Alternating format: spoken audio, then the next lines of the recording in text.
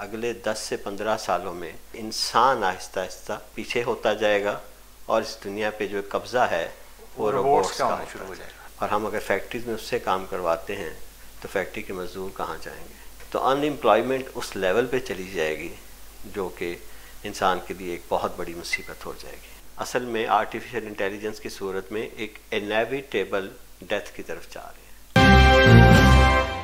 इस बात को लोग मान रहे हैं कि ये आर्टिफिशियल इंटेलिजेंस भी एक साइंस है।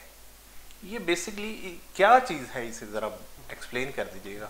आर्टिफिशियल इंटेलिजेंस कंप्यूटर साइंस की जो है एक बहुत अहम ब्रांच है।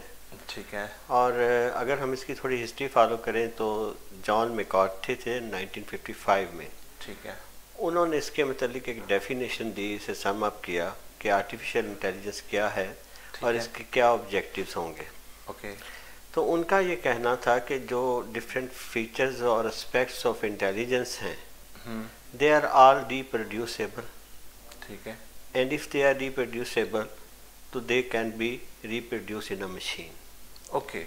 तो इसका मतलब यह है कि हमारे जो सोचना, हमारे जो सोचने का अंदाज है, हमारी जो सोच है, हमारे जो थॉट्स हैं, ठीक है, जो उस वक्त तक एक बायोलॉजिकल प्रोसेस था, उसके मुतालिक ये उस वक्त अंदाज़ा लगा लिया गया था कि ये एक डिफरेंट एस्पेक्ट्स जो हैं इनको ट्रेस किया जा सकता है, इनको रिप्रोड्यूस किया जा सकता है। ठीक है। तो ये समझा जाने लगा उस वक्त कि प्रॉबेबली जो इंसान के ह्यूमन जो नेटवर्क्स हैं, अगर हम उनको ट्रेस सही तौर पे कर दें तो ये जो एब्स्ट्रैक्शन और कॉन्सेप्ट फॉर्म है ये भी मशीन में रिप्रोड्यूस किया जा सकता है। ठीक है। और इसके बाद जो था मशीन में अंदर ये एबिलिटी होनी चाहिए कि वो सेल्फ इम्प्रूव करे, अपने आप को इम्प्रूव करे। ओके। जैसे इंसान लर्न करता रहता है। और आखिरी इसमें यह था कि उसमें क्रिएटिविटी और रैंडमनेस आ जाए। ठीक है। तो अगर हम इंसान को देखें तो ये सारी चीज़ें इंसान के अंदर मौजूद हैं। बिल्कुल। हम विजुअलाइज करते हैं, हम कॉन्सेप्चुअलाइज करते हैं, सही। हम एब्स्ट्रैक्शन में जाते हैं। सही। अब ये थे वो आर्टिफिशियल इंटेलिजेंस अगर रिप्रोड्यूस हो जाए तो फिर हम समझेंगे उसकी तरफ कदम है। तो 1955 के बाद आप समझें कि ये प्रोसेस शुरू हो गया। ठीक है। इसमें बड़ी चेंजेस उस वक्त आई जब हमारा कंप्यूटर जो था कोई 1982 के बाद जब CPU की फॉर्म में हमारे सामने आया, एक सेंट्रल प्रोसेसिंग उसमें यूनिट आ गया था। ठीक है। उसके बाद से हमने देखा कि जो कंप्यूटर के अंदर उसकी जो पावर थी, जो उसकी स्ट्रेंथ थी, वो हर 2 साल के बाद डबल हो जाती थी और ऐसा होता गया। बल्कि ये देखा गया 2010 तक कि असल में वो जो सोचा गया था उससे ज़रा फास्ट था। वो 18 मंथ्स में हर कंप्यूटर का जो था पावर डबल होती गई। अगर हम प्रोसेसर था तो उसकी पावर भी डबल होती गई।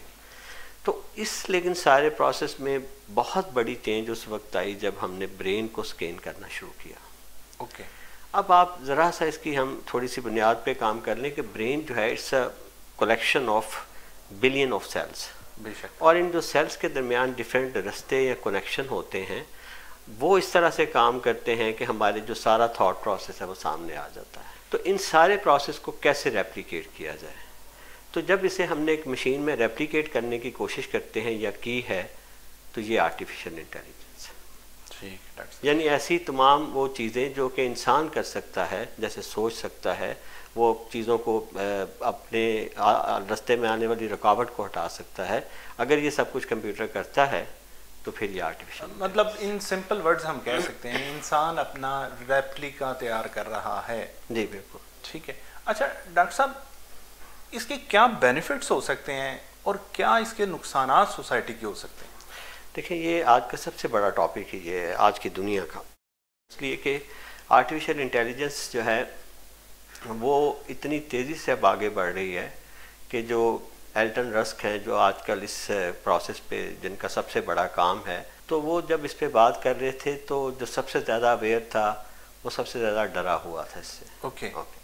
देखिए बेनिफिट्स इसके ये हैं जिसके लिए ये काम हो रहा है कि एक आर्टिफिशियल इंटेलिजेंट रोबोट हो, वो रोबोट वो इंसान के लिए वो सारे काम करे जो हम कभी मुलाजिम से या गुलाम से करवाते थे। ठीक है। जैसे जापान में हो रहा है। और रेस्टोरेंट में जाएं तो वहाँ रोबोट हैं, वो काम सर्विंग हो रही है। इसके अलावा एयरपोर्ट्स पे रास्ता बताते हैं। हमने जाए एक सोफिया एक रोबोट बना हुआ है जो बातें करता है, इंटरव्यू देता है, सब कुछ होता है।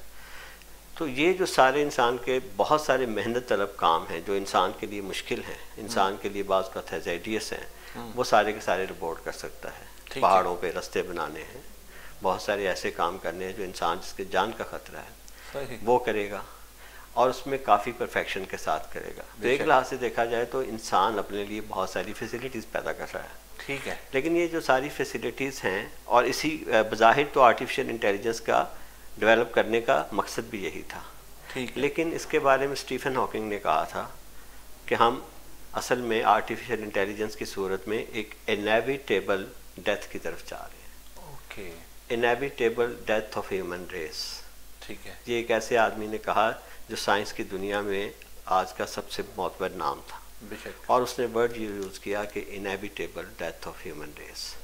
क्यों? अब इस पे हमें ये सोचना है कि हम क्या इसमें ऐसी चीज़ होगी कि हम इसकी तरफ इतने परेशान हैं कि हम इसकी तरफ, आपने कहा इसके खदशात क्या हैं। खदशात ये है, सबसे पहला और छोटा जो ख़तरा है, हम इसे बना रहे हैं कि ये बहुत सारे काम करे, वो काम करेगा, और हम अगर फैक्ट्रीज में उससे काम करवाते हैं तो फैक्ट्री के मजदूर कहाँ जाएंगे?